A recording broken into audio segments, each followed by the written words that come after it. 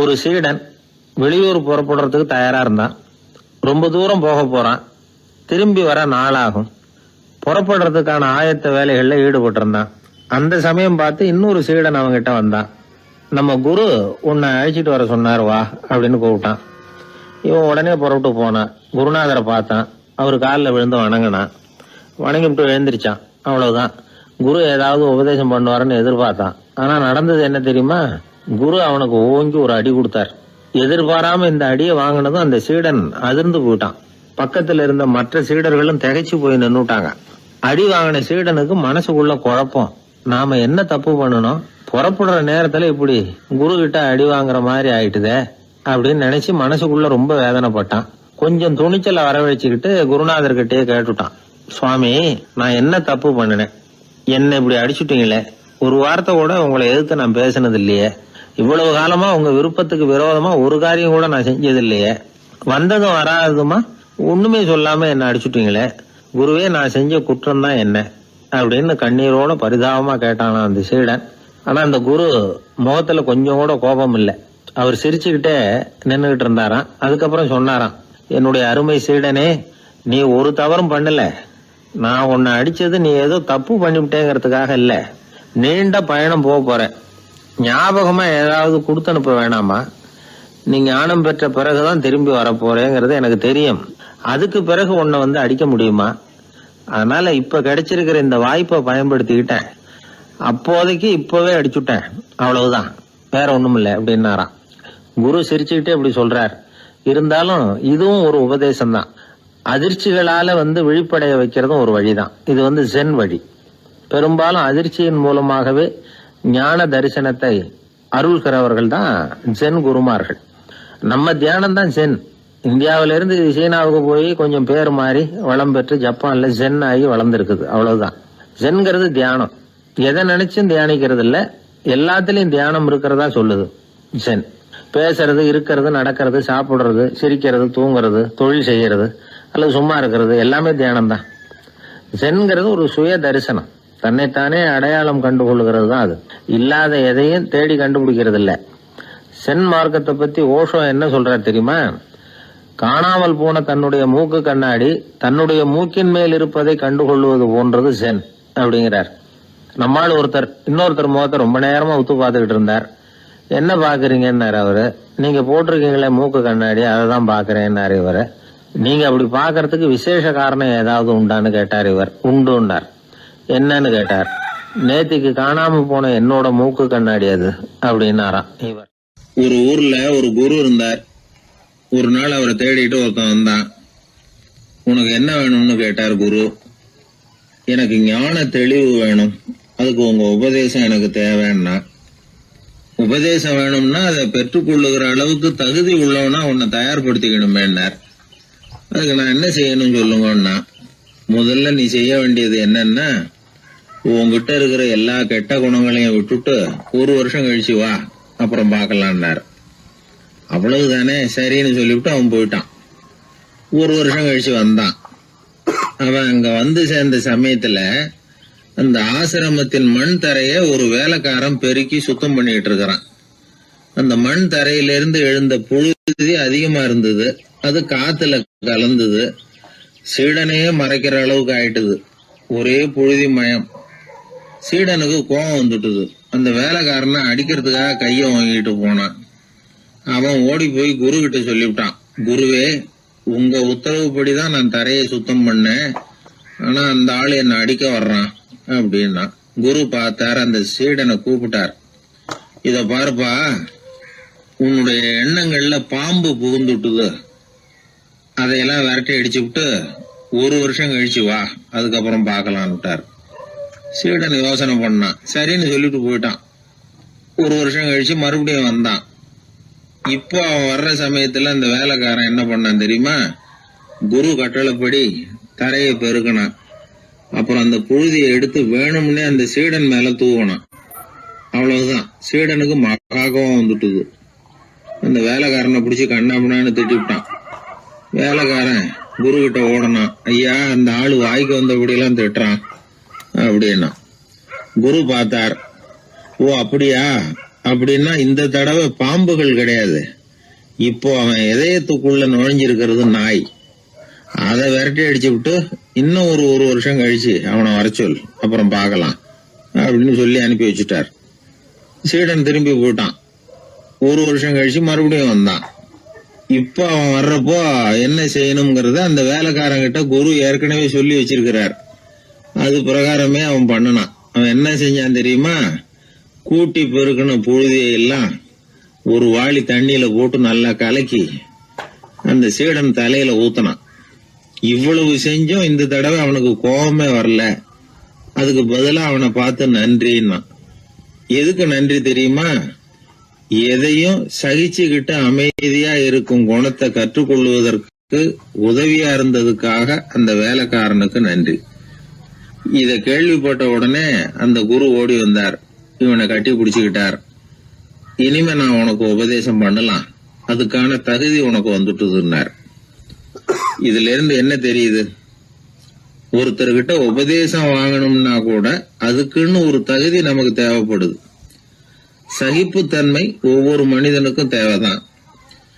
இந்த காலத்துல ஒரு குரு, அவரை தேடி ஒருத்தன் வந்தான்.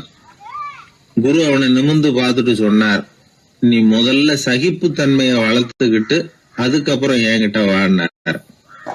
இவன் அவரை நிமிர்ந்து பார்த்துட்டு சொன்னான், குருவே, நான் உங்ககிட்ட வந்திருக்கிறதே சகிப்புத்தன்மையை வளர்த்துக்கிறதுக்காகத்தானே அப்படின்னு. மனுநீதி சோழன் வரலாறு நமக்கு தெரியும். அது மாதிரி நீதி தவறாத ஆட்சியாளர்கள் பல பேர் இருந்திருக்கிறாங்க இந்த உலகத்துல. ஹசரத் உமர் பின் கத்தாப் அப்படின்னு ஒருத்தர், இஸ்லாத்தின் 2வது கலீஃபா இவர். அவருடைய ஆட்சி காலத்துல நடந்த ஒரு நிகழ்ச்சி. இந்த மன்னருக்கு ஒரு மகன், அவர் பேரு அபு ஷஹ்மா. அந்த மிசர் நாட்டு கவர்னர் அமர் பின் நாஸ், அந்த மன்னருடைய மகன் கவர்னர் அவர்களுடைய கவனிப்புல இருந்தார். அந்த சமயத்துல ஒரு நாள் அவர் மதுபானா இருந்தனார். கவர்னருக்கு தெரிஞ்சு போச்சு. அவருக்கு தர்ம சங்கடமா போட்டுது. அவர் செஞ்சது மன்னருடைய மகன். கவர்னர் யோசனை பண்ணார். அவர் மெதுவா தன்னுடைய வீட்டுக்கு அழைச்சிட்டு வந்தார். அதிகமா அவரை கஷ்டப்படுத்தாம ஒரு சின்ன தண்டனை கொடுத்து பிரச்சனையை தீர்த்துட்டார். ஏதோ பேருக்கு ஒரு தண்டனை, அவ்வளவுதான். இது நடந்து கொஞ்ச நாள் கழிச்சு மன்னருக்கு இந்த விஷயம் தெரிஞ்சு போச்சு. தன்னுடைய மகன்கிறதுனால கவர்னர் லேசான தண்டனையோட விட்டுட்டார் அப்படிங்கறத புரிஞ்சுக்கிட்டார். உடனே கவர்னருக்கு தகவல் அனுப்பினார். அமர் பின் ஆஸ் அவர்களே, என்னுடைய மகன் மதுபானம் அருந்தி இருக்கிறான், அது உங்களுக்கு தெரிஞ்ச உடனே தண்டனை கொடுத்திருக்கிறீங்க. கலீஃபாவின் மகன்கிற காரணத்தினால குறைவான தண்டனையை கொடுத்ததாக கேள்விப்படுறேன். இது ஷரியத்தின்படி மாபெரும் குற்றம். உங்களுடைய நடத்தையும் மன்னிக்க கூடியதல்ல. இந்த கடிதம் கண்ட உடனே மகன் அபு ஷஹ்மாவை மதீனாவுக்கு அனுப்பி வைக்க வேண்டியது அப்படின்னு கடிதம் எழுதினார். அதை பார்த்தார் கவர்னர். உடனே கலீஃபாவின் மகனை மதீனாவுக்கு அனுப்பி வச்சார். மன்னர் முன்னாடி நீதி விசாரணை நடக்குது. தன்னுடைய மகனுக்கு சவுக்கடி வழங்கும்படியா உத்தரவிடுறார் ஹசரத் உமர் பின் கத்தாப். தண்டனை நிறைவேற்றப்பட்டது. கூடியிருந்தவர்கள்லாம், ஐயா கொஞ்சம் கருணை காட்டுங்க அப்படின்னு சொல்லி மன்னர்கிட்ட வேண்டிக்கிட்டாங்களாம். இந்த வேண்டுகோளை மன்னர் ஏத்துக்கல. நீதியின் முன்னால் தந்தை மகன் அன்பு நேசம் உறவு இந்த முறைகளை எல்லாம் கவனிக்க முடியாது. குற்றம் செஞ்சவர் தண்டிக்கப்பட வேண்டியவர், அவர் யாரா இருந்தாலும் சரி அப்படின்னாராம். எல்லா ஆட்சியாளர்களுமே கவனிக்க வேண்டிய ஒரு செய்தி இது. அவர் ஒரு நாள் தன்னுடைய அரசாங்க கணக்கு வழக்குகளை பார்த்துட்டு இருக்கிறார். அந்த சமயத்துல அவரை பார்க்க ஒரு பெரிய மனிதர் வந்தார். இவர் தன்னுடைய சொந்த வேலை காரணமா வந்திருக்கிறார் அப்படிங்கறத அவர் புரிஞ்சுக்கிட்டார். உடனே அது வரைக்கும் எரிஞ்சுகிட்டு இருந்த விளக்க அணைச்சுட்டு இன்னொரு விளக்க ஏற்றி வச்சுக்கிட்டாராம். இந்த செயலுக்கு என்ன காரணம்னு கேட்டிருக்கிறார் வந்தவர். இதுக்கு அவரு சொன்னார், ஐயா, நீங்க வந்த போது இங்க எரிஞ்சுகிட்டு இருந்தது அரசாங்க விளக்கு, இப்ப எரியறது சொந்த விளக்கு. சொந்த விஷயங்களை பேசுறப்போ அரசாங்க பணத்தை செலவு பண்ணக்கூடாது, அதனாலதான் விளக்க மாத்தனே அப்படின்னாராம். இப்படி எல்லாம் பல பேர் இந்த உலகத்துல இருந்திருக்கிறாங்க. ஆனா இப்ப எல்லாம் பல பேர் அப்படி இருக்கிறது இல்ல. ஒருத்தர் அப்படிதான் அரசாங்க விஷயங்களை பார்த்துக்கிட்டு உட்கார்ந்து இருக்கிறார். அந்த சமயத்துல ஒரு பெரிய தொழில் அதிபர் அவரை பார்க்க வந்திருக்கிறார். இவரு சடார்னு எழுந்திருச்சு எரிஞ்சுகிட்டு இருந்த விளக்க அணைச்சுட்டார். எங்கும் ஒரே ஏன் விளக்க அணைச்சுட்டீங்கன்னு கேட்டிருக்கிறார் வந்தவர். இங்க நடக்கிறது மத்தவங்க கண்ணுல பற்றக்கூடாது அப்படிங்கறதுக்காக தான் விளக்க அணைச்சேன். நீங்க கொண்டு வந்திருக்கிறத அப்படி ஒரு ஓரமா வச்சுட்டு போடுங்க, அதுக்கப்புறமா விளக்க போட்டு நான் எடுத்துக்கிறேன் அப்படின்னாராம் இவர். ஒரு குழந்தை அம்மா கிட்ட போச்சு, அம்மா என்ன தூக்கிக்க. உடனே அந்த அம்மா அந்த குழந்தைய தூக்கி இடுப்புல வச்சுக்கிறாங்க. எந்த பக்கம் வச்சுக்கிறாங்க? இடது பக்கம். பொதுவா குழந்தைய தூக்குறவங்க யாரும் வலது பக்கம் இடுப்புல வச்சுக்கிறது இல்ல. விவரம் தெரியாத சில ஆம்பளைகளை அப்படி தூக்கி வச்சுக்கிட்டு அலையிறது உண்டு. ரொம்ப காலமாவே குழந்தைகளை இடுப்புல இடது பக்கமா வச்சிருக்கிற பழக்கம் தான் இருந்து வந்திருக்குது. இதுக்கு ஆய்வாளர்கள் என்ன காரணம் சொல்றாங்க தெரியுமா? அப்படி இருந்தாதான் குழந்தை சொல்றத குழந்தை நினைக்கிறத தாயினால நல்லா உணர முடியுதாம். இடது பகுதி ஆட்சி பண்றது குறிப்பா காதின் தலைமையாக இருக்கிறது வலது பக்கம் தான். அதனால தாய் குழந்தைக்கு பதில் சொல்லவோ அது என்ன கேக்குதுங்கிறத சீக்கிரமா புரிஞ்சுக்கிட்டு நடந்துக்கவோ அதுதான் சௌரியம் அப்படின்னு ஆய்வாளர்கள் இதுக்கு காரணம் சொல்றாங்க. இதனால என்ன ஆகுதான், தாய்க்கும் குழந்தைக்கும் நெருக்கம் அதிகமாகுதான், குழந்தைக்கும் பாதுகாப்பு அதிகமா. அது மட்டும் இல்ல, ஒரு தாய் தன்னுடைய குழந்தைய இடுப்புல சுமக்கிறதுனால அவள் நினைக்கிறத அவளோட இதய துடிப்ப குழந்தை உணர்தான். 9 மாதத்துக்கு அதிகமா இருந்த இடம் இல்லையா, அதனால அவளை பத்தி நல்லா அறிந்து கொள்ளுகிற வாய்ப்பும் குழந்தைக்கு கிடைக்குது. நம்ம முன்னோர்கள் ரொம்ப காலத்துக்கு முன்னாடியே வலது கையை பார்க்க ஆரம்பிச்சிட்டாங்களாம். அவங்க பயன்படுத்திய கல் ஆயுதங்கள்லாம் வலது பக்கமா தான் தீட்டப்பட்டிருக்குது. அதுல இருந்து நமக்கு என்ன தெரியுதுன்னா, வலது கையை தான் உபயோகப்படுத்தி இருக்கிறாங்கிறது தெரியுது. இப்படி எல்லாம் இருந்தா கூட இன்னைக்கு நம்மள 10ல் ஒருத்தருக்கு ஒரு பழக்கம் உண்டு, அது இடது கை பழக்கம். ஆனாலும் 2 கைகளும் ஒற்றுமையா இருக்கிறதுக்கு தான் ரொம்பவும் முயற்சி பண்ணுதான். இப்போ வலது கை பழக்கம் உள்ளவங்க பேசுறதுக்கு எழுதுறதுக்கு செயல்படுத்துற தலைமையகம் தலையின் பின்புறம் பிடரியில் இருக்குது. இடது கை பழக்கம் உள்ளவங்களுக்கு மூளையில 2 பக்கங்கள்லயும் தலைமையகம் இருக்குது. இது விஞ்ஞானிகள் சொல்றது. எத்தனையோ மேதைகள் இடது கை பழக்கம் உள்ளவங்களா இருந்திருக்கிறாங்க. அமெரிக்க மேதை பெஞ்சமின் பிராங்கிலின், இத்தாலிய ஓவியர் லியோனார்டோ டாவின்சி, இப்படி நிறைய பேர் இருந்திருக்கிறாங்க, இப்பவும் இருக்கிறாங்க. காலங்காலமா இயல்பாவே இடது கை பழக்கம் இருந்து வந்திருக்குது. அப்படி இருக்கிறப்போ வலது கை எப்போ இடது கைய வென்றது, ஜெயிச்சது அப்படிங்கிற விவரம் இன்னமும் யாருக்குமே புரியல, ஆய்வாளர்களுக்கும் புரியல. அவங்களும் யோசிச்சுக்கிட்டு இருக்கிறாங்க. உலகம் இடது பக்கமா தான் சுத்துது. வானத்துல இருக்கிற வெள்ளி வீதி, அப்புறம் அணுவுல இருக்கிற துணுக்குகள், உடம்புல இருக்கிற அமினோ அமிலம், இப்படி எல்லாமே இடதுபுறமா தான் இயங்கிட்டு இருக்குது. இவ்வளவு செய்திகள் இடது கைக்கு ஆதரவா இருக்கிறப்போ அது எப்படி வலது கை கிட்ட ஏமாந்தது அப்படிங்கிற ரகசியம் இன்னமும் யாருக்கும் தெரியலையா. இது சம்பந்தமா ஆராய்ச்சி பண்றவங்களுக்கு இது இன்னமும் ஒரு பிரச்சனையா தான் இருக்குதான். இப்படி இடது கை ஒதுங்கிட்டதுனால இப்பெல்லாம் வலது கைக்கு தான் மரியாதை அதிகமா போச்சு. ஒரு ஆசாமி இடது கையில கட்டு போட்டுட்டு வந்தானா, கையில என்னப்பா கட்டுன்னு விசாரிச்சிருக்கிறாரு ஒருத்தர். ஒரு இயந்திரத்தை பிரிச்சு ரிப்பேர் பார்த்துக்கிட்டு இருந்தேன், மறுபடியும் அதை ஓட விட்டு பாக்குறப்போ இடது கை விரல் மாட்டிக்கிட்டது, அதுதான் கட்டு அப்படின்னு இருக்கான். நல்ல வேளை வலது கை மாட்டி இருந்தா உன்னால சாப்பிட கூட கஷ்டமா போயிருக்குமே என்னார் அவர். இதுக்கு அவன் சொன்னானா, முதல்ல வலது கை தாங்க மாட்டிக்க இருந்தது, நான் தான் உடனே புத்திசாலித்தனமா அதை இழுத்துக்கிட்டு இடது கையை கொடுத்தேன் அப்படின்னு இருக்கான். இவன் எப்பேற்பட்ட புத்திசாலி பாருங்க. இந்த வலது கை இடது கைங்கிறத பத்தி அறிவியல் ஆராய்ச்சி ஒரு பக்கம் இருந்தாலும் கை சுத்தமா இருக்கணும், இது வாழ்க்கைக்கு முக்கியம். உண்மை, உழைப்பு, நேர்மை இதெல்லாம் இருந்தாதான் வாழ்க்கையில முன்னேற முடியும். அதனால இந்த இடது கை பழக்கம் வலது கை பழக்கம் எது எப்படி இருந்தாலும் அது ஒருத்தருடைய புத்திசாலித்தனத்தை பாதிக்கிறது இல்ல. அதனால வாழ்க்கையில முன்னேறதுக்கு இது ஒரு இடைஞ்சலா இருக்கிறது இல்ல. நாம நம்ம உடம்பையும் புரிஞ்சுக்குவோம், மனசையும் புரிஞ்சுக்குவோம். அப்படி புரிந்து கொண்டு வாழ்க்கையில முன்னேறுவோம். ஒரு இளைஞன், வசதியான குடும்பம், அவனுக்கு வாழ்க்கையில நிம்மதி இல்ல, வாழவே பிடிக்கல, எல்லாம் வெறுத்து போச்சு. என்ன பண்ணலாம்னு யோசனை பண்ணான். ஒரு குருவை தேடிட்டு போனான். அவர்கிட்ட தான் வந்த விவரத்தை சொல்லி ஏதாவது வழி சொல்லுங்க சுவாமின்னு கேட்டான். அவரு பார்த்தார், சரி அதுக்கு முன்னாடி உன்னை பத்தி கொஞ்சம் சொல்லு, எவ்வளவு படிச்சிருக்கிற, என்ன தெரியும் உனக்கு அப்படின்னு கேட்டார். சுவாமி, நான் ஒழுங்கா படிக்கல, எதுவும் தெரியாது, ஆனா கொஞ்சம் சதுரங்கம் ஆட தெரியும் எனக்கு, அவ்வளவுதான். குரு கொஞ்சம் யோசனை பண்ணார். பக்கத்துல இருந்த ஒரு சீடனை கூப்பிட்டார். அவங்கிட்ட ஒரு பேரை சொல்லி, நீ உடனே போய் அந்த பிக்ஷுவை இங்க கூப்பிட்டுட்டு வா அப்படின்னார். வரும்பொழுது ஒரு சதுரங்க பலகையும் அதுல விளையாடுறதுக்கான காய்களையும் எடுத்துட்டு வா, அப்படியே நம்ம சீடர்கள் எல்லாரையும் இங்க வர சொல்லு அப்படின்னு சொன்னார். கொஞ்ச நேரத்துல எல்லாரும் வந்து சேர்ந்தாங்க. சதுரங்க பலகையை கொண்டாந்து வச்சாங்க. அந்த பிக்ஷுவும் சேர்ந்தார். குரு முன்னாடி அடக்கமா நின்னார். குரு அவரை கிட்டத்துல கூப்பிட்டு கொஞ்ச நேரம் சதுரங்கம் ஆடணும்னார். அந்த பிக்ஷுவுக்கு சதுரங்கம்னா என்னன்னு தெரியாது, இருந்தாலும் மறுப்பு எதுவும் சொல்லல. குரு சொன்னார், பிக்ஷுவே, நீர் என்னுடைய சீடர், என்னுடைய பேச்ச மறுக்காதவர், உம்முடைய அடக்கத்தையும் பணிவையும் நான் அறிவேன், எனக்காக உயிரையும் கொடுக்கறதாக சொல்லி இருக்கிறீங்க. இப்போ அதுக்கான வாய்ப்பு வந்திருக்குது. நீங்க இந்த இளைஞனோட சதுரங்கம் ஆடணும். தோத்து போனா இந்த வாளால தலையை சீவி விடுவேன், ஆனா இறந்தாலும் உமக்கு சொர்க்கம் நிச்சயம். நீங்கள் வெற்றி பெற்றுட்டா தோற்று போன இந்த இளைஞனின் தலையை சீவி விடுவேன். சரி, இப்போ நீங்க ஆட ஆரம்பிக்கலாம்னார். ஆட்டம் ஆரம்பமாச்சு. அந்த பிக்ஷு முகத்துல சலனமே இல்ல, சாவை பத்தி கவலைப்பட்டதாவே தெரியல. எதுவும் புரியலன்னாலும் குருவின் கட்டளைங்கிறதுனால ஏதோ ஒரு காயை நகர்த்திட்டு இருந்தார். சுத்தி இருந்த சீடர்கள் முகத்துல திகில், பயம், பாவம், நம்ம பிக்ஷு நிலைமை இப்படி ஆயிட்டுதே அப்படிங்கிற கவலை. குரு கையில பெரிய வாள் பளபளப்பா தயாரா இருக்குது. பிக்ஷு காயை நகர்த்துறது ஆரம்பத்திலேயே ஆச்சரியமா தெரிஞ்சாலும் அவருக்கு சதுரங்கம் பத்தி எதுவுமே தெரியாதுங்கிறது இளைஞனுக்கு புரிஞ்சு போச்சு. அவனுக்கு உற்சாகம் வந்துட்டது. சுறுசுறுப்பா காய்களை நகர்த்த ஆரம்பிச்சான். பிக்ஷு கொஞ்சம் கொஞ்சமா தோத்துக்கிட்டே வந்தார். சுத்தி இருக்கிற சீடர்கள் முகத்துல சொல்ல முடியாத வேதனை, இளைஞன் முகத்துல மகிழ்ச்சி. நிமிர்ந்து பார்த்தான் எதிரில இருந்த பிட்சுவை. அவர் முகத்தை பார்த்ததும் இவனுக்கு ரொம்ப பாவமா இருந்தது. அந்த முகத்துலதான் எவ்வளவு சாந்தம், எவ்வளவு இனிமை, அவர் கண்கள்ல எவ்வளவு கருணை. இவர் சாகத்தான் வேணுமா? இளைஞன் யோசிக்க ஆரம்பிச்சான். நாம இறந்து போனா யாருக்கும் எந்த இழப்பும் இல்ல. வீணாகி போன தன்னுடைய வாழ்வும் சாவும் யாரையும் பாதிக்க போறதில்ல. ஆனா துறவியும் ஞானியுமான கருணை மிக்க இந்த பிட்சு இறந்தா அது எவ்வளவு பெரிய இழப்பு. அதுக்கு நாம காரணமா இருக்கிறதா அப்படின்னு நினைச்சு பார்த்தான் அந்த இளைஞன். உடனே கண்ணாமண்ணான்னு விளையாட ஆரம்பிச்சுட்டான். அதாவது தான் தோத்து போகணுங்கிறதுக்காகவே. ஆட்டத்தை கூர்ந்து கவனிச்சுக்கிட்டு இருந்த குரு திடீர்னு சதுரங்க பலகையை கழுத்து தள்ளினார். காய்கள்லாம் செதறி போட்டுது. எல்லாரும் திகைச்சு போட்டாங்க. யாருக்கும் வெற்றி தோல்வி இல்லைன்னு அறிவிக்கிறேன்னார் குரு. தம்பி, உன்னுடைய மன ஒருமைப்பாட்டை கவனிச்சேன். முழுமையா ஆட்டத்துல மூழ்கி போனதையும் பார்த்தேன். கடைசியில உயிர் தியாகம் பண்ண முடிவெடுத்து தாறுமாறா ஆட ஆரம்பிச்சதையும் கவனிச்சேன். வாழ்க்கை என்னங்கிறதும் எந்த வாழ்க்கை பயனுள்ள வாழ்க்கைங்கிறதும் உனக்கு புரிஞ்சுட்டுது. இப்ப இங்க அதை நீ கத்துக்கிட்ட. உன்னுடைய மனம் பக்குவ நிலை அடைஞ்சுட்டுது. தியாகம் உன்னுடைய இதயத்துல குடி வந்துட்டுது. அது எங்க இருந்தாலும் நல்லதுதான். உனக்குள்ள இருந்துதான் அந்த தியாகம் வந்திருக்கு. அதை நீ அடையாளம் கண்டுபிடிச்சுக்கிட்ட. நீ இனிமே கொஞ்ச காலம் இங்கேயே இருந்துட்டு போகலாம். உன்னுடைய வாழ்வு பயனுள்ள வாழ்வா மாறும் அப்படின்னு சொல்லி அந்த குரு ஆசீர்வாதம் பண்ணார். இந்த காலத்திலயும் ஒருத்தர் அது மாதிரி தன்னுடைய வாழ்க்கையை பயனுள்ளதாக ஆக்கிக்கணும்னு ஆசைப்பட்டார். உடனே சதுரங்கம் ஆட ஆரம்பிச்சார். அப்புறம் சீட்டாட ஆரம்பிச்சார். கொஞ்ச நாள் கழிச்சு அவரை பார்த்த நண்பர் ஒருத்தர் கேட்டார், என்னங்க சீட்டாட ஆரம்பிச்ச பிறகு வாழ்க்கை பயனுள்ளதா ஆச்சா அப்படின்னு கேட்டார்.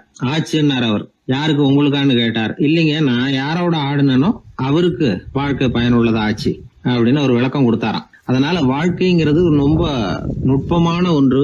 அந்த நுட்பமான வாழ்க்கையை புரிஞ்சுக்கிட்டு அதுக்கப்புறம் அதை பயனுள்ளதாக மாற்றிக்கொள்ள வேண்டியது மனிதர்களுடைய கடமை. விளையாடுறது வழக்கம். மரத்துக்கு அந்த பையன் பேரில் ஒரு பாசம் உண்டாக ஆரம்பிச்சுட்டுது. பையன் அந்த மரத்தில் உள்ள பூக்களை பறிக்கணும், பழங்களை பறிக்கணும்னு ஆசைப்பட்டான். அதுக்காகவே அந்த மரம் தன்னோட கிளைகளை வளைச்சி அவனுக்கு எட்டுற அளவுக்கு தலையை சாய்ச்சி கொடுக்குது. பையன் பூக்களை பறிக்கிறான். மரம் சந்தோஷப்படுது. மரம் அன்பின் அடையாளம். அதனால் அது கொடுக்கறதுல சந்தோஷப்படுது.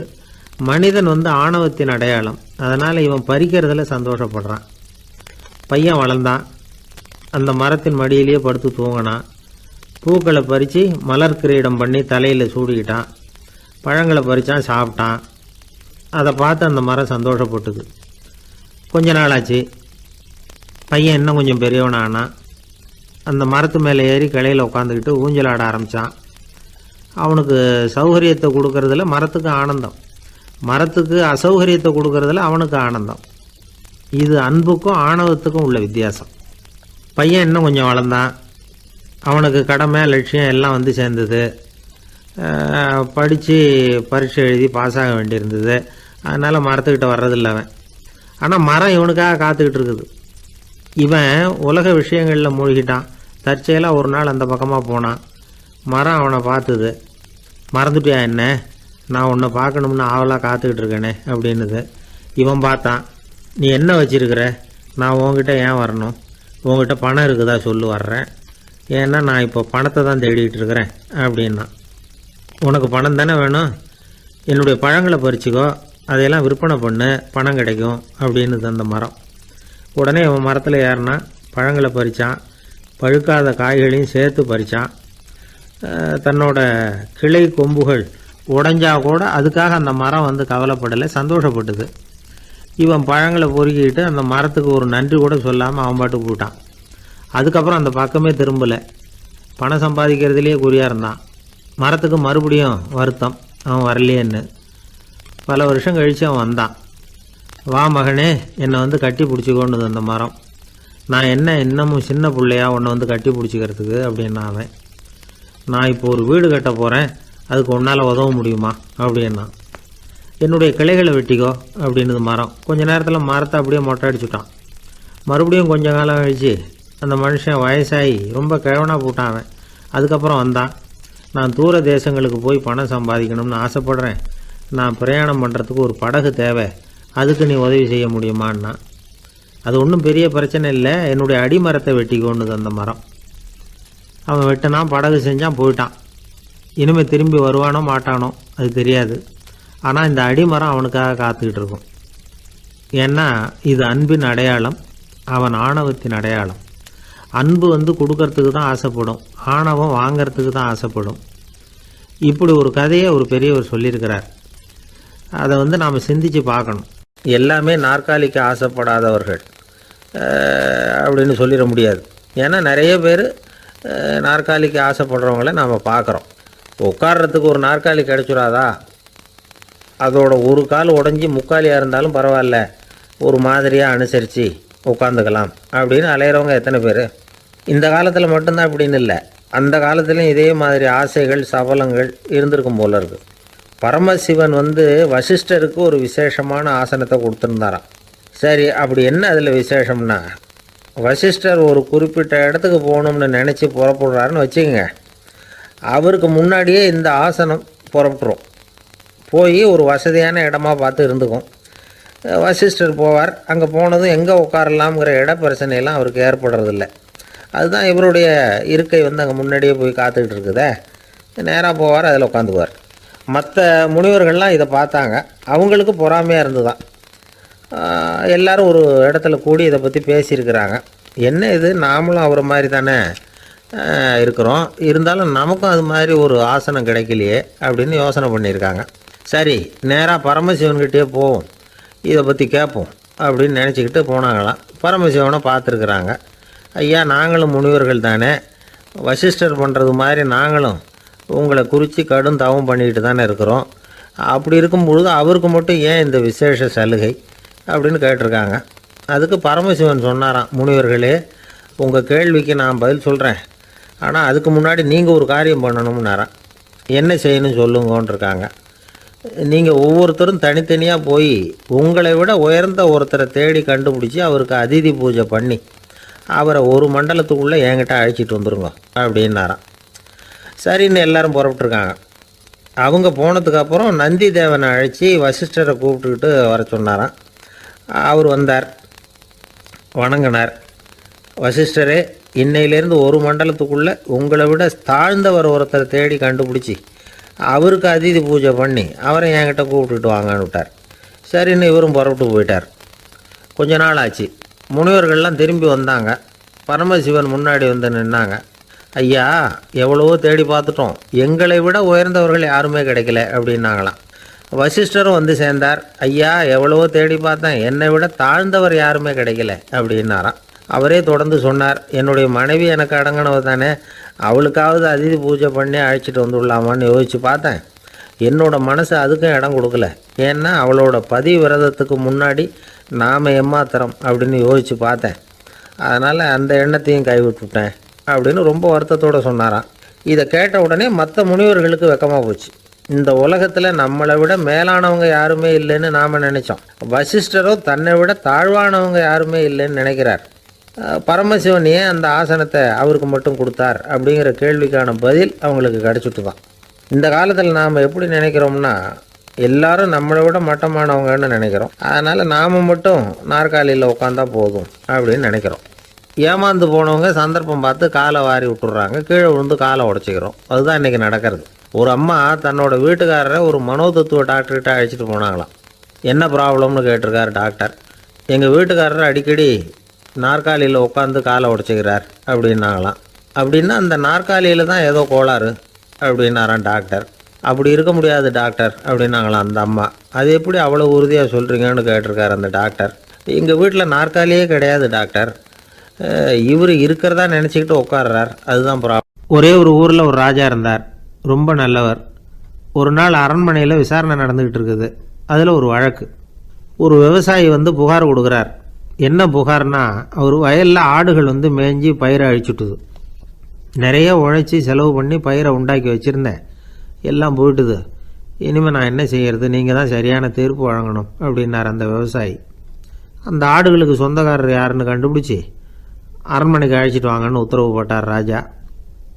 சேவகர்கள் போனாங்க, ஆளை கண்டுபிடிச்சாங்க, கூப்பிட்டுக்கிட்டு அரண்மனைக்கு வந்துட்டாங்க. ராஜா விசாரணை பண்ணார். அப்புறம் விசாரித்து முடிச்சுவிட்டு தீர்ப்பு வழங்கினார். இந்த விவசாயி அடைந்திருக்கிற இழப்புக்கு ஈடாக உன்னுடைய ஆடுகளை அவங்ககிட்ட கொடுத்துட வேண்டியது அப்படின்னு சொல்லிவிட்டார். உன்கிட்ட இருக்கிற ஆடு பூரா அவன்கிட்ட கொடுத்துரு, அந்த ஆட்டுனால் ஏற்பட்ட இழப்பு சரியாக போகட்டும் அப்படின்னு தீர்ப்பு வழங்கிட்டார். அந்த மன்னருடைய மகன் இதை பார்த்துக்கிட்டே உட்காந்துருந்தான். இந்த தீர்ப்பை இன்னும் கூட சிறப்பாக வழங்கலாமே அப்படின்னு நினச்சான். அப்பாக்கிட்ட சொன்னான். உடனே அந்த அரசர், சரி நீயே இதுக்கு சரியான தீர்ப்பு சொல்லு அப்படின்னார். அந்த இளவரசன் தீர்ப்பு சொல்கிறான். அவன் சொன்ன தீர்ப்பு என்னன்னா, உங்ககிட்ட இருக்கிற ஆடுகள் எல்லாத்தையும் ஒரு வருஷ காலத்துக்கு அந்த விவசாயிகிட்ட ஒப்படைச்சிட வேண்டியது. அந்த ஒரு வருஷத்துக்குள்ள அந்த ஆடுகள் போடுற குட்டிகள், பால், எரு எல்லாம் விவசாயம் எடுத்துக்க வேண்டியது. ஒரு வருஷத்துக்கு அப்புறம் உங்களுடைய ஆடுகளை நீங்களே திருப்பி வாங்கிக்க வேண்டியது. இதுதான் இளவரசன் சொன்ன தீர்ப்பு. இது சரியான தீர்ப்பு தான். இனிமேல் என்னுடைய அரச பொறுப்புகளை இளவரசர் வசம் ஒப்படைக்கிறேன் அப்படின்னு சொல்லி ஒப்படைச்சுட்டாராம். அதாவது தாவூத் நபி, சுலைமான் நபி இவர்களுடைய சரித்திரத்தில் இந்த சம்பவம் காணப்படுறதாக ஒரு நண்பர் சொன்னார். ஒரு தண்டனையை பெறுகிறவன் அதுக்கு பிறகு சமூகத்தில் நல்ல விதமாக வாழறதுக்கு வாய்ப்பு இருக்கிறது மாதிரி அமையணும் தீர்ப்பு. அதுக்கு இது ஒரு உதாரணம். சில தீர்ப்புகள் எப்படி அமைஞ்சு விடுதுன்னா, ஒரு தண்டனையை அனுபவித்து முடித்தவன் அதுக்கப்புறம் அவன் இந்த சமூகத்தில் நல்லவனாக வாழறதுக்கு நினச்சா கூட அதுக்கு தகுதி இல்லாதவன் அப்படிங்கிற அளவுக்கு சூழ்நிலை அமைஞ்சிருது. இது சிந்திக்க வேண்டிய ஒரு செய்தி. இன்னொரு ஊரில் ஒரு ராஜா இருந்தார். அவர் ஒரு நாள் ஒரு போட்டி வச்சார். என்ன போட்டின்னா, அரண்மனை வாசலில் ஒரு பெரிய நீச்சல் குளம், அதில் நிறைய விஷப்பாம்புகள். எந்த இளைஞன் துணிச்சலாக அதில் நீச்சல் குளத்தில் குதித்து நீந்தி கரையேறி வர்றானோ அவனுக்கு 100 ஏக்கர் நிலம் பரிசாக வழங்கப்படும். அது வேணாம்னா 1000 ஆடுகள் பரிசாக வழங்கப்படும். அதுவும் வேணான்னா என்னுடைய மகளை வந்து கல்யாணம் பண்ணிக்கலாம். இதுதான் மன்னருடைய அறிவிப்பு. பரிசுலாம் நல்லா தான் இருக்குது. இருந்தாலும் பாம்புகள் உள்ள குளம்ங்கிறது நல்லா இல்லையே. அதனால் யாரும் அதில் குதித்து நீஞ்சறதுக்கு முன் வரல. இருந்தாலும் திடீர்னு ஒரு இளைஞன் அந்த நீச்சல் குளத்தில் குதித்தான். நீந்தினா ஒரு வழியாக கரையேறி வந்துட்டான். மன்னருக்கு ரொம்ப மகிழ்ச்சி. நீ தான் தைரியமான இளைஞன், வா இப்படின்னு கூப்பிட்டார். கிட்ட வந்தான். அந்த இளைஞன் தண்ணீர் சொட்ட சொட்ட வந்து நிற்கிறான். சரி, உனக்கு 100 ஏக்கர் நிலம் வேணுமான்னு கேட்குறார். வேண்டாங்கிறான். சரி, அப்படின்னா 1000 ஆடுகள் வேணுமான்னு கேட்குறார். அதுவும் வேணாங்கிறான். ஓ, அப்படின்னா என் பொண்ணை கல்யாணம் பண்ணிக்கிறியா அப்படின்னு கேட்குறாரு. அதுவும் வேணாங்கிறான். ராஜாவுக்கு ஒன்றும் புரியல. அப்படின்னா உனக்கு என்ன தான் வேணும் அப்படிங்கிறார். என்னை பிடிச்சி இந்த குளத்தில் தள்ளி விட்டவன் யாருங்கிறது எனக்கு தெரியணும் அப்படின்னா. 1944 வருஷத்துல ஒரு நாள் மொரார்ஜி தேசாய் எரவாடா சிறையில் இருந்தார். காவல்துறை உயர் அதிகாரி ஒருத்தர் வர்றார். மொரார்ஜி தேசாய சிறை அதிகாரி அலுவலகத்துக்கு அழைச்சிட்டு போறார். சிறை அதிகாரி ஒரு தகவலை சொல்றார். உங்க நண்பர் மங்கள்தாஸ் பக்வாசா அப்படிங்கிறவர் நாசிக் சிறையில அடைக்கப்பட்டிருந்தார். அவருக்கு உடல் நலம் ரொம்ப பாதிக்கப்பட்டதுனால அவரை சிறையிலிருந்து பம்பாயில உள்ள ஹரிகிருஷ்ணன் தாஸ் மருத்துவமனைக்கு கொண்டுகிட்டு போயிருக்கிறாங்க. அவரு உங்களை பார்க்கணும்னு ரொம்ப ஆவலோட இருக்கிறார். அதனால நீங்க வந்து பரோல்ல போய் பாத்துட்டு வாங்களே அப்படின்னார். நிபந்தனையோட போய் பாத்துட்டு வரலாம்னார். தியாக செம்மல்கள் பரோல்ல செல்றது இல்ல அப்படிங்கிற உறுதியோட தான் சிறைச்சாலைக்கு வருவாங்க. இப்படி இருக்கிறப்போ மொரார்ஜி மட்டும் பரோல்ல போயிட்டு வர்றதுக்கு எப்படி சம்மதிப்பார்? உயிர் நண்பரின் உயிர் ஆடுது அப்படிங்கறத கேட்டதும் உடனே போய் பார்க்கணும்னு ஆவல் தான். இருந்தாலும் வரன்முறையை மீறி போய் பாக்குறதுன்னா அது தேச பக்தியையே அவமானப்படுத்துறது மாதிரி ஆகும் அப்படிங்கறத அவர் உணர்ந்தார். அதனால நான் வந்து பரோல்ல போகிறதுக்கு நான் தயாரா இல்லை அப்படின்னு சொல்லிவிட்டாராம். நண்பருடைய கடைசி ஆசைய நிறைவேற்றுறது உங்க கடமை இல்லையா அப்படின்னு கேட்டிருக்காரு சிறை அதிகாரி. கடமை தான், அதே சமயம் என்னுடைய கடமையை காப்பாத்துறதும் முக்கியமாச்சே அப்படின்னாரா இவர். அதுக்கப்புறம் அந்த அதிகாரி நிபந்தனை இல்லாமலே மொரார்ஜியை வந்து வெளியில அனுப்புறதுக்கு சம்மதிச்சாராம். அப்படி இருந்தும் மத்த நண்பர்களை கலந்துகிட்டு தான் மொரார்ஜி வெளியில புறப்பட்டாராம். பம்பாய்க்கு போனார். படுக்கையில நண்பரை சந்திச்சார். அவர் ரொம்ப மோசமான நிலைமையில இருந்தார். உடல்நிலை கவலைக்கிடம்னு தான் டாக்டர்களும் சொன்னாங்க. மங்கள்தாஸ், இனி எனக்கு வாழ்க்கையில என்ன இருக்கு, நான் இறந்து விடுறதே மேலுன்னாராம். மொரார்ஜிக்கு ரொம்ப வருத்தமா போச்சு. மங்கள்தாஸ் இல்லத்துல இருந்த சமயத்துலதான் மொரார்ஜிய கைது பண்ணாங்களாம். அந்த அதிர்ச்சி தான் மங்கள்தாஸ ரொம்ப பாதிச்சிருக்கு அப்படிங்கறத அவர் புரிஞ்சுக்கிட்டார். இத பாருங்க, விடுதலை போராட்டத்துல ஈடுபடுறவங்களை கைது பண்றதும் சிறையில அடைக்கிறதும் சகஜம் தானே. அன்னைக்கு உங்க வீட்டுல இருந்தப்போ நான் கைது செய்யப்படலைன்னாலும் இன்னொரு இடத்துல நான் கைது செய்யப்பட்டுதான் இருப்பேன். அதனால அதை பத்தி நீங்க ஏன் வேதனைப்படணும்? நீங்க தைரியமா உறுதியா இருக்கணும். அது மட்டும் இல்ல, அது வரைக்கும் மருந்தே சாப்பிடாம இருந்த மங்கள்தாஸ மருந்து சாப்பிட வச்சாராம். 2 நாள் அவர் பக்கத்திலே இருந்தார். அதுக்கப்புறம் பெரிய டாக்டரை பார்த்து மங்கள்தாஸ் உடல் நல சம்பந்தமா விசாரிச்சார். இப்ப பரவாயில்ல, தேறி இருக்கிறார். எப்படி இருந்தாலும் இன்னும் ஒரு 6 மாசம் தான் அவர் உயிரோட இருப்பார் அப்படின்னு சொல்லிவிட்டாரு டாக்டர். ஆனா அதுக்கப்புறம் நடந்தது என்ன தெரியுமா? மங்கள்தாஸ் அதுக்கப்புறம் 25 வருஷம் சௌக்கியமா இருந்தாராம். இவர் 6 மாசம் தான் இருப்பாருன்னு சொன்ன அந்த டாக்டர் 6 மாசத்துல ஒரு எதிர்பாராத விபத்துல சிக்கி இறந்து போனாராம். 6 மாசம்னு டாக்டர் போட்ட கணக்கு சரிதான், ஆனா இடம் தான் மாறி போச்சு. ஒரு திருடன் ஒரு வீட்டுல போய் திருடணும்னு திட்டம் போட்டான். இருட்டுனதும் போய் திருடணும். ஆனா ராத்திரி ஆனா வாசல் கதவை சாத்தி உள்பக்கம் தாழ்பால் போட்டுருவாங்களே, என்ன பண்றது, எப்படி வீட்டுக்குள்ள போறது? இவன் யோசனை பண்ண ஒரு முடிவுக்கு வந்தான். சரி, பகல் நேரத்திலேயே யாருக்கும் தெரியாம இந்த வீட்டுக்குள்ள நுழைஞ்சிருவோம். அங்க போய் எங்கேயாவது ஒளிஞ்சுக்குவோம், இருட்டுற வரைக்கும் பேசாம இருப்போம், ராத்திரி எல்லாரும் தூங்கினதுக்கு அப்புறம் நைஸா போய் பீரோவை திறந்து இருக்கிறது பூரா எடுத்துக்கிட்டு ஓடியாந்துடலாம் அப்படின்னு திட்டம் போட்டான். அதே மாதிரி ஒரு நாள் மத்தியானத்துக்கு மேல அந்த வீட்டுக்காரன் எங்கேயோ வெளியில புறப்பட்டு போனான். வீட்டுக்கார அம்மா அடுப்பங்கரையில என்னவோ சமைச்சுக்கிட்டு இருந்தாங்க. திருடன் பார்த்தான், இதுதான் சமயம்னு அந்த வீட்டுக்குள்ள மெதுவா நுழைஞ்சிட்டான். எங்க ஒளியலாம்னு பார்த்தா வலது பக்கம் ஒரு ரூம் இருந்தது. அங்க போனான். அங்க ஒரு படுக்கை அறை, அங்க ஒரு பெரிய கட்டில் இருந்தது. அதுக்கு அடியில போய் பதுங்கிட்டான். இருட்டுனது நம்ம வேலையை ஆரம்பிக்கலாம், அது வரைக்கும் பொறுமையா இருக்கணும் அப்படின்னு சொல்லி பேசாம வாயை மூடிட்டு கம்முன்னு இருக்கிறான். ரொம்ப நேரம் கழிச்சு வெளியில போயிருந்த வீட்டுக்காரன் திரும்பி வந்தான், சாப்பிட்டான், லைட்டை நிறுத்தி விட்டு படுத்துட்டான். அந்த அம்மாவும் வேலையெல்லாம் முடிச்சுட்டு வந்து படுத்துட்டாங்க. நடு ராத்திரி, விடி விளக்கு லேசா எரிஞ்சுக்கிட்டு இருக்கு. வீட்டுக்காரன் லேசா கண்ணை முழிச்சான். கட்லுக்கு நேரா எதிரில ஒரு கண்ணாடி, அதுல பாக்குறான் கட்லுக்கு கீழே ஒரு திருடன் ஒளிஞ்சு இருக்கிறது தெரிஞ்சு போச்சு. உடனே அவன் திருடன் திருடன்னு சத்தம் போடல, யோசனை பண்ணான். மேஜையில இருக்கிற கத்தி எடுத்து கையில வச்சுக்குவோமா அப்படின்னு யோசனை பண்ணான். இந்த சந்தர்ப்பத்துல கத்தியை உபயோகப்படுத்துறதை விட புத்தியை உபயோகப்படுத்துறது தான் சாமர்த்தியம் அப்படின்னு நினைச்சான். உடனே அது பிரகாரம் செயல்பட ஆரம்பிச்சிட்டான். என்ன பண்ணான் தெரியுமா? எதையும் வெளியில காட்டிக்காம ரொம்ப சர்வசாதாரணமா தன்னுடைய மனைவி கிட்ட பேச ஆரம்பிச்சான். மனைவியும் புத்திசாலி, அதனால அவங்களுக்கு தெரியும். அவங்களும் வீட்டுக்காரர் கேட்ட கேள்விக்கு பொருத்தமா பதில் சொல்ல ஆரம்பிச்சாங்க. இவன் கேட்டான், இந்த பாரு, நமக்கு குழந்தை பிறந்தா அதுக்கு கிருஷ்ணமூர்த்தின்னு தான் பேர் வைக்கணும் அப்படின்னா. அதெல்லாம் முடியாது. ஆம்பளை பிள்ளையா இருந்தா ஏகாம்பரம், பொம்பளை பிள்ளையா இருந்தா பங்கஜவல்லி, இதுதான் அவங்க மாமனார் மாமியார் பேர், அதான் வைக்கணும் அப்படின்னாங்க அந்த அம்மா. அதெல்லாம் முடியாது, நான் முடிவு பண்ணிவிட்டேன் கிருஷ்ணமூர்த்தின்னு கத்தனா அவன். இல்ல ஏகாம்பரம் பங்கஜவல்லின்றது இந்த அம்மா. வாதம் முத்தி போச்சு. கிருஷ்ணமூர்த்தி கிருஷ்ணமூர்த்தி கிருஷ்ணமூர்த்தின்னா அவன், ஏகாம்பரம் பங்கஜவல்லி ஏகாம்பரம் பங்கஜவல்லின்னு இவங்க கத்துறாங்க. ஒரே சத்தமா போச்சு.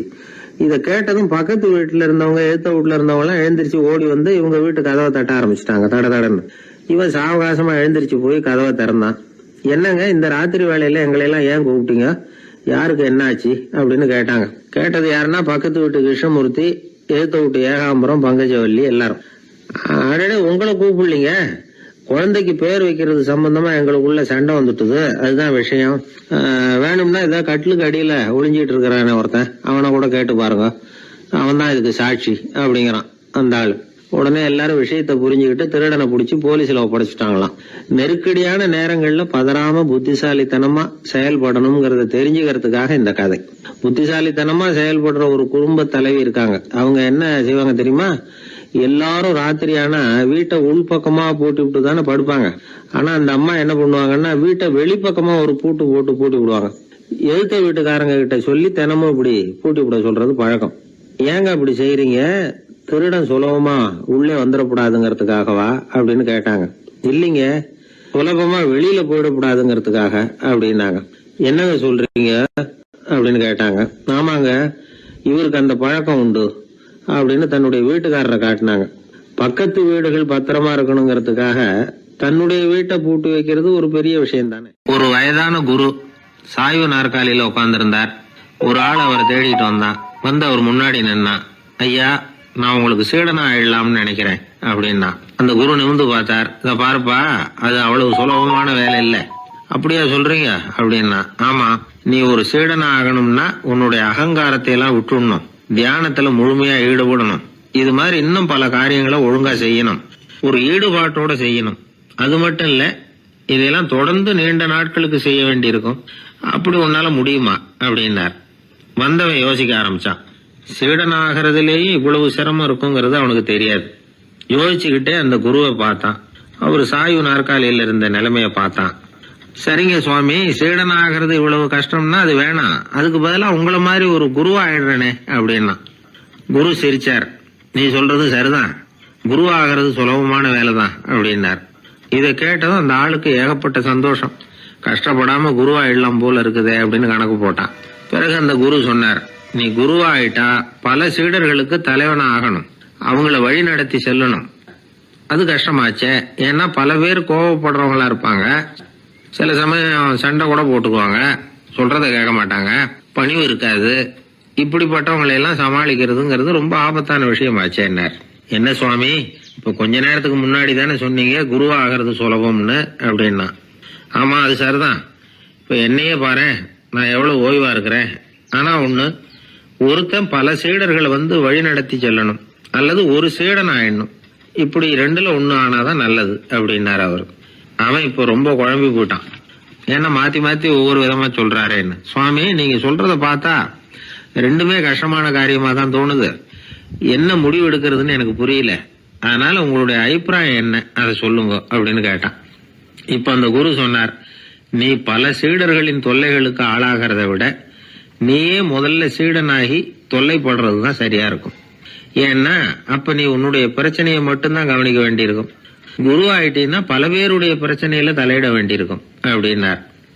ஒரு உண்மையான குருவுக்கும் சீடனுக்கும் உள்ள உறவுங்கிறது ரொம்ப பயன் கருதாத ஒரு அன்பு கலப்பு. ரெண்டு இயற்கையான முழுமை நெருங்கி வந்து ஒன்றோட ஒன்று கலக்கிறது. நீங்க கேள்வி கேட்டா எப்படி அது முழுமை இருக்க முடியும்? அதுல முழுமைங்கிறது ஒரு அமைதியான நிலை. இந்த காலத்து குரு சீடர்கள்லாம் வேற மாதிரி. ஒரு குரு தன் சீடன் கிட்ட சொன்னார், இந்த பாருப்பா, நீ இந்த உலகத்துல எதுக்கும் பிரயோஜனப்பட மாட்ட, பன்றி மேய்க்கிறது கூட லாயக்கில்லை அப்படின்னார். அப்படின்னா ஒண்ணு செய்யறேன் அப்படின்னு சீடன். என்ன பண்ணுவேன்னு கேட்டிருக்காரு குரு. உங்களை மாதிரியே ஒரு குருவாயிடுறேனே அப்படின்னு அந்த சீடன். பத்திரிகையில வர்ற செய்திகளை கூட நகைச்சுவையா சொல்றது உண்டு. அதாவது அதை நேரடியா சொன்னா வானொலியில அனுமதிக்க மாட்டாங்க சில விஷயங்களை. அது சின்னாருக்கு கௌரவ குறைச்சல். அது வேடிக்கை கலந்து நகைச்சுவோடு சொல்லும் பொழுது அதை அனுமதிச்சிருவாங்க. அப்ப அந்த விசாரணை கமிஷன் அது இது நிறைய நடந்துகிட்டு இருந்தது. டெல்லியில இருந்து அமலாக்க பிரிவு அதிகாரிகள்லாம் வராங்க போறாங்கன்னு பத்திரிகையில அமர்க்கலப்பட்ட இடம். அந்த நேரம் வந்து நான் ஒரு ரேடியோவில் ஒரு செய்தியை தயார் பண்றோம். அப்ப என்ன பண்ணேன்னா, இது மாதிரி அந்த பத்திரிகை செய்தியை வச்சுக்கிட்டே ஒரு செய்தி சொன்னோம், இன்னொரு தகவல் சொல்லி. அதனால ஒருத்தன் வந்து தமிழ்நாட்டுல ஒரு ஆள், அவன் திடீர்னு வந்து கோடீஸ்வரன் ஆயிட்டான். நேற்று வரைக்கும் சாதாரணமா இருந்தா இன்னைக்கு கோடீஸ்வரன் ஆயிட்டான். டெல்லியில இருந்து 2 அதிகாரிகள் வராங்க, எப்படி அவன் பணம் சேர்த்தான்னு கண்டுபிடிக்கிறதுக்கு. அவனை கூப்பிட்டு 2 அதிகாரிகளும் எப்படிடா பணம் சேர்த்த? நான் ஒன்னும் தப்பான வழியில பணம் சேர்க்கல சார், நான் வந்து பந்தயம் கட்டியே பணக்காரன் ஆயிட்டேன். பந்தயம் கட்டி எப்படிடா பணக்காரன் ஆக முடியும் அப்படின்னா, நீங்க நம்புங்க சார், நான் பந்தயம் கட்டி தான் பணக்காரன், தப்பான வழியில சேரல சார். பந்தயம் கட்டி எப்படிடா கோடீஸ்வரன் ஆனேன் அப்படின்னா, நாங்க நம்ப முடியாதுன்றான் விசாரிக்க வந்தவன். அப்படின்னா உங்ககிட்ட ஒரு பந்தயம் கட்டட்டுமான்றான் விசாரிக்க வந்தவன்ட்டிய. என்னடா பந்தயம் அப்படின்னா, ஒண்ணுமில்ல சார், இது என் கண்ணு, இது என் பல்லு, என் கண்ணை என் பல்லாலேயே கடிக்கிறேன், எவ்வளவு பந்தயம். விசாரிக்க வந்தவன் 100 ரூபாய் எடுத்து வச்சான், இதை ப்ரூவ் பண்றான்னு. அப்படியே கண்ணை எடுத்துட்டான். அது பளிங்கு கண்ணு, ஏற்கனவே ஒரு கண்ணு பளிங்கு கண்ணை வச்சுனா எடுத்து கடிச்சு விட்டான். இது விசாரிக்க வந்தாலும் 100 ரூபாய் விட்டுட்டு நிக்கிறான். எப்படி பணம் சேர்த்தான்னு வந்தவன். உடனே இன்னொருத்தன், இவன்ட்ட என்னடா பேச்சு கொடுக்காரா, நம்ம பணம் தான் அங்க போயிட்டு இருக்கு, உனக்கு விசாரிக்க தெரியல, போடா நான் விசாரிக்கிறேன்னு அடுத்த வந்தான். அது நீ ஒழுங்கா சொல்றேன், எப்படிடா பணம் சேர்த்தேன் சார், நீங்க கொஞ்சம் புத்திசாலியா தெரியுது அவரை விட, நீங்களாவது நம்புங்க சார், பந்தயம் கட்டி தான் பணம் சேர்த்தேன், நான் நம்ப முடியாது. அப்படின்னா உங்ககிட்ட இன்னொரு பந்தயம் கட்டட்டுமா அப்படின்றான். வேண்டாம், அவனை ஏமாத்தி விட்டேன் அதனால வேண்டான்றான். இல்ல சார், அவரு ஏமாந்தது பொய் கண்ணு, பளிங்கு கண்ணுன்னு தெரியாது, ஏமாந்துட்டார். உங்ககிட்ட பந்தயம் கட்டுறது நெஜம் கண்ணு, இந்த பக்கம் பளிங்கு கண்ணு கிடையாது, நெஜம் கண்ணு, இதை பல்லால கடிக்கிறேன் அப்படின்னா அவன் ஒரு 100 ரூபாய் எடுத்து வச்சான். இவன் அப்படியே பல்செட்டை கட்டினான் தனியா, அப்படியே கட்டி கடிச்சு விட்டான். அதையும் விட்டுட்டான். இவன் உடனே 2 பேரும், இவன்கிட்ட பேச பேச நம்ம பணம் தான் அவன்கிட்ட போயிட்டு இருக்கு, இவன் எப்படி பணம் சேர்த்தான்னு கண்டுபிடிக்கிறதுக்கு டெல்லியில இருந்து வந்திருக்கோம், இவன் மேற்கொண்டு பேசாத, பேச பேச பந்தயம் கட்டுவான். திரும்பி போறதுக்கு ரயிலுக்கு டிக்கெட் சரியா இருக்கா பாடுறான்றான். அவன் கரெக்டா எண்ணி பார்த்து கரெக்டா இருக்குப்பா, மேற்கொண்டு பேசாத, அவன்கிட்ட நம்ம போயிடுவோம், போய் நம்ம அதிகாரிகிட்ட சொல்லிடுவோம்னு சொல்லி போயிட்டு வரேன் சார் அப்படின்னு சொல்லிட்டு மரியாதை போயிட்டாங்க.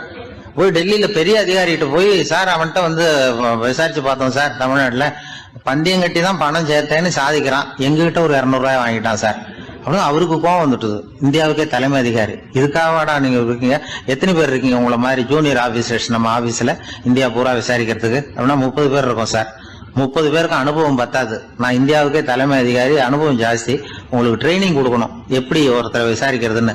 30 பேரும் ஒரு ரூம்ல வந்து உட்காருங்க, ஒரு ஆள் போய் அந்த ஆளை தமிழ்நாட்டுல இருந்து நீங்க கூப்பிட்டுட்டு வா, வர்ற வரைக்கும் அவன்கிட்ட பேசாதீங்க, பந்தயம் கட்டுவான், மெதுவா கொண்டு வந்து நிறுத்து அப்படின்னா ஒரு ஆள் வந்து ஸ்பெஷலா கூப்பிட்டு போட்டான். இது மாதிரி மேடையில நிறுத்திவிட்டு ஒரு தலைமை அதிகாரி 30 ஜூனியர் அதிகாரிகள் அவங்களுக்கு பயிற்சி கொடுக்குறார். இவனை பார்த்து, ஒழுங்கா சொல்லு, எப்படி பணம் சேர்த்த, நான் இந்தியாவுக்கே தலைமை அதிகாரி, என்கிட்ட உண்மையை ஒத்துக்கிட்டீங்கன்னா உன்னை அப்ரூவர் ஆக்கிடுவேன் அல்லது தண்டனையை குறைப்பேன், அந்த அதிகாரம்லாம் என்கிட்ட உண்டு, ஒழுங்கா சொல்லு அப்படிங்கிறார். அவர், சார் நீங்க இந்தியாவுக்கே தலைமை அதிகாரி, அனுபவம் ஜாஸ்தி, நீங்களாவது நம்புங்க சார், நான் பந்தயம் கட்டி தான் பணம் சேர்த்தேங்கிறான். இங்கேயே வந்து இப்படி சாதிக்கிறேன், உன்னை நம்ப முடியாதரா அப்படின்னா உங்ககிட்ட ஒரு பந்தயம் கட்டட்டுமா நானா அவர்கிட்ட போய், வேணாண்டா என் ஆளை ஏமாத்தி விட்டேன் அப்படின்னா, இல்ல சார் அவங்க ஏமாந்தது என் உடம்ப பத்தின ரகசியம், என் கண்ணு பளிங்கு கண்ணுன்னு தெரியாது, நான் பல்செட்டு கட்டியிருந்தது தெரியாது, ஏமாந்துட்டாங்க, இப்ப நான் உங்ககிட்ட கட்டுற பந்தயம் உங்க உடம்ப பத்தின ரகசியம், என் உடம்புல என்னடா ரகசியம்? முதுகுல உங்க முதுகுல 1 ரூபா அகலத்துக்கு கருப்பா ஒரு மச்சம் இருக்கு, உண்டா இல்லையானா? இல்லைன்னு தெரியும் அவருக்கு. இல்லடா நேத்து வரைக்கும் இல்ல சார், இப்ப இருக்குது மச்சம் அப்படின்னு உடனே 100 ரூபாய் எடுத்து வச்சார் அவர் தலைமை அதிகாரி. ஒரு 100 ரூபாய் வச்சு சட்டையை கட்டி காட்டுறாரு, மச்சம் இல்ல. இவன் தோத்துட்டான், இங்க இருந்து போனவன். உடனே 200 ரூபாய் எடுத்து வச்சுக்கிட்டு, தோழர்களே இப்படிதான் ஒருத்தரை விசாரிக்கணும், என்கிட்ட இவன் ஏமாந்துட்டான் பாருங்க, துருவி துருவி விசாரிக்கிறதுன்னு சொல்றாங்களே இதுதான் அப்படின்னு விளக்கம் கொடுத்தாரு. அப்போ இவன் மெதுவா ஆரம்பிச்சானா, சார் இந்த பந்தயத்துல உங்களுக்கு 200 ரூபாய் லாபம், ஆனா இதே பந்தயத்துல எனக்கு 2900 ரூபாய் லாபம் சார் அப்படின்றான். என்னடா பண்ண அப்படின்னு கேட்டிருக்காரு. உங்களுக்கு தெரியாம இந்த 30 பேர்கிட்டையும் தனித்தனியா ஒரு பந்தயம் கட்டியிருக்கேன். 30 பேர்கிட்ட என்னடா பந்தயம் கட்டினேன்? ஒண்ணும் இல்ல சார், உங்க எல்லாரும் முன்னாடியும் உங்க மேலதிகாரியை சட்டையை கேட்ட வைக்கிறேன், உங்களுக்கு பந்தயம் கட்டினேன். போயிட்டு பூரா எனக்கு 2900 ரூபாய் லாபம். அவரு பார்த்தா அதிர்ச்சி ஆயிட்டாரு. தலைமை சார் நீங்க போங்க சார் அப்படின்னு சொல்லி ஒரு ஆளை கொண்டு போய், சாரை கொண்டு போய் மரியாதையா பக்கத்து ரூம்ல விட்டாங்க. இனிமே அவர்கிட்ட யாரும் பேசாதீங்க வாங்கன்னு சொல்லிவிட்டு, அதுக்கப்புறம் தோழர்களே இவர் பேச ஆரம்பிச்சார். தோழர்களே இனிமே யாரும் தமிழ்நாட்டு பக்கம் விசாரிக்க போகாதீங்க. நீங்க யாராவது போறதுன்னா மத்திய பிரதேசம், உத்தரப்பிரதேசம், இப்படி எத்தனையோ பிரதேசம் இருக்கு, போயிட்டு வாங்க. தமிழ்நாட்டுக்கு மட்டும் போகாதீங்க, ஏன்னா அங்க போனா நம்ம பணத்துக்கு ஆபத்து வந்துருது அப்படின்னு சொன்னாருன்னு இந்த கதையை ரேடியோவில் சொன்னேன். இந்த கதையை உண்மை சம்பவமா சொன்னா அனுமதிச்சிருக்க மாட்டாங்க. இந்த நகைச்சுவைக்கு உள்ள மரியாதை என்னன்னா, அது ஒரு கதை மாதிரி உண்டு பண்ணி இப்படி சொன்னதும், இதுல என்ன என்னுடைய விசேஷம்னா, இந்த ஸ்கிரிப்டை வாங்கிட்டு வர சொல்லி மந்திரியினுடைய பிஏ வந்தார். ஒரு மந்திரி அப்ப இருந்தவர், அவர் பிஏ அடிக்கடி வருவார். வந்து இந்த போன நேற்று முந்தா நாள் ரேடியோவில் சொன்ன அந்த இன்னொரு தகவல் காப்பி ஒண்ணு வாங்கிட்டு வா அப்படி இப்படின்னு கூப்பிடுவார். மேடையில பேசுறதுக்கு எங்களுக்கு தேவை, உபயோகப்படும்னு கேட்பார். அவரு இந்த நிகழ்ச்சி வந்தப்போ உடனே அன்னைக்கு வந்துட்டார் அந்த பிஏ. இன்னைக்கு காலையில சொன்னீங்களே சார், மந்திரி கேட்கிறாரு மேடையில பேசுறதுக்கு அப்படின்னு. நான் அப்பதான் ஆச்சரியப்பட்டேன். பாருங்க, இந்த நகைச்சுவைக்கு உள்ள மரியாதை. அவரே கேட்கிறார், சொல்லப்பட்டதே அவரை பத்தி தாங்கிறது தெரியாம அவரே எப்படி சொல்ல. அதுதான் சிரிப்புக்குள்ள மரியாதைங்கிறது. அது யார பத்தி சொல்றோமோ அவருக்கு தெரியாம கூட சொல்லலாம். அதை அப்படி இது உண்மையில நடந்த சம்பவம். அந்த அமைச்சர் இப்ப இல்ல, உயிரோட எல்லாம் இருந்து வாங்கிட்டு இருந்தார். கிராமத்துல ஒருத்தன் தன்னுடைய நகங்களை வெட்டிக்கிட்டு இருந்தான். வெட்டி முடிச்சதும் ஒரு வயசானவர் அவனை பார்த்து, அதெல்லாம் அடுத்தவன் கண்ணில் படுறது மாதிரி போட்டுறாதப்பா, ஆபத்துன்னார். என்ன ஆபத்துன்னு கேட்டான் இவன். எவனாவது பில்லி சூனியம் வைக்கிறவன் எடுத்துட்டு போயிட போறான் அப்படின்னாரு அவர். வேண்டாத ஒருத்தனுக்கு ஏதாவது கெடுதல் பண்ணணும்னா உடனே மந்திரவாதியை தேடி போறது உண்டு. மந்திரவாதி என்ன பண்ணுவாருன்னா, யாருக்கு சூன்யம் வைக்கணுமோ அவனோட காலடி மண்ணு, முடி, நகம் இதையெல்லாம் அவனுக்கு தெரியாம எடுத்துட்டு வா அப்படிம்பார். இது மட்டும் இல்ல, அழுக்கு துணி, பேரு, மனித உருவம் மாதிரி செய்யப்பட்ட பொம்மை இதையெல்லாம் கூட மந்திரவாதிகள் பயன்படுத்துறது உண்டு. இதெல்லாம் ஏமாத்து வேலை. மனிதனுடைய முடி, நகம் இதெல்லாம் வெட்ட வெட்ட வளருது இல்லையா, அதனால அதுக்குள்ள உயிர் இருக்கிறதாக ஆதி மனிதர்கள் நம்பி இருப்பாங்க. அதனால மனுஷங்கிட்ட இருந்து அதெல்லாம் பிரிக்கப்பட்ட பிறகும் கூட அதுகளுக்கும் அந்த மனுஷனுக்கும் தொடர்பு இருக்கிறதாக அவங்க நம்பினாங்க. அந்த நம்பிக்கை தொடர்ந்து அதோட விளைவாதான் இன்னைக்கு மந்திரவாதிகள் நகத்தையும் முடியையும் எடுக்கிறாங்க. அந்த நகத்துக்கும் முடிக்கும் ஒரு பாதிப்பு உண்டாக்குனா அது சம்பந்தப்பட்டவனுக்கு போய் சேரும் அப்படிங்கறது அவங்க நினைப்பு. அவ்வளவுதான் விஷயம். இது மாதிரி நம்பிக்கைகள் தான் இன்னைக்கு நகம், முடி இதையெல்லாம் மற்றவங்க கண்ணில் படும்படி போடக்கூடாது அப்படிங்கிற வழக்கத்தை உண்டாக்கி விட்டுது. ஒருத்தர் பேரு என்னன்னு கேட்டு தெரிஞ்சுட்டு போய் அந்த பேரை வச்சு அவனோட ராசி பலனை கணிச்சு அவனுக்கு ஏற்பட இருக்கிற கெட்ட நேரத்துல அவனுக்கு சூன்யம் வச்சா அது உடனே பலிக்கும் அப்படின்னு ஒரு நம்பிக்கை. அது மட்டும் இல்ல, சூன்ய தகட்டுல பேரை எழுதி புதைக்கிறதும் உண்டு. இதனாலதான் பெண்கள் கணவன் பேரை சொல்லாத பழக்கம் ஏற்பட்டுதான். அதாவது பேரை கேட்டுக்கிட்டு போய் ஏதாவது கெடுதல் பண்ணிவிட்டா என்ன பண்றது அப்படிங்கிற பயம். அப்படி ஆரம்பிச்ச பழக்கம்தான் இன்னைக்கு ஏதோ மரியாதைக்காக கணவன் பேரை பிறர் முன்னிலையில சொல்றது இல்ல அப்படிங்கறது மாதிரி ஆயிட்டுது. மந்திரவாதிகள் நம்ம ஊர்ல மட்டும்தான் இருக்கிறாங்கன்னு நினைக்காதீங்க, உலகம் பூரா உண்டு. பிசி தீவில் வாழக்கூடிய மக்கள் என்ன செய்வாங்களாம் தெரியுமா? இது மாதிரி மாந்திரீகம், செய்வன, பில்லி, சூனியம் இதெல்லாம் தங்களை பாதிக்காம இருக்கிறதுக்காக வீட்டை சுத்தி அகழி வெட்டி அதுல தண்ணீரை நிரப்பி வச்சிருவாங்களாம். ஆஸ்திரேலியாவில் இருக்கக்கூடிய பழங்குடி மக்கள் கிட்ட ஒரு பழக்கம், ஏதாவது பழங்கள் சாப்பிட்டா அதோட விதைய தண்ணீர்லயோ அல்லது ஆத்துலயோ போட்டுருவாங்களாம். வெளியில போட்டுட்டா அதை எடுத்து செய்வினைக்கு பயன்படுத்திடுவாங்க அப்படிங்கிற பயம். இது மாதிரி உலகம் பூராவும் செய்வினையின் மூலம் அடுத்தவங்களுக்கு பாதிப்பை உண்டு பண்ண முடியும் அப்படிங்கிற நம்பிக்கை இருக்கத்தான் செய்யுது.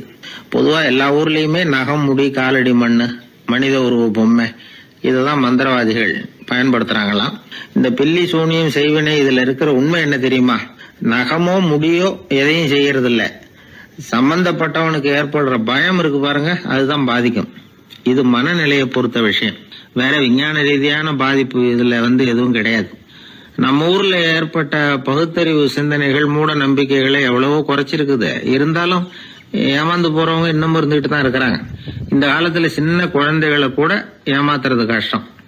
ஒரு குழந்தை கேட்டுதான், ஏன்பா பிரார்த்தனை பண்ணுனா நமக்கு எல்லாம் கிடைக்குமா அப்படின்னு தான்.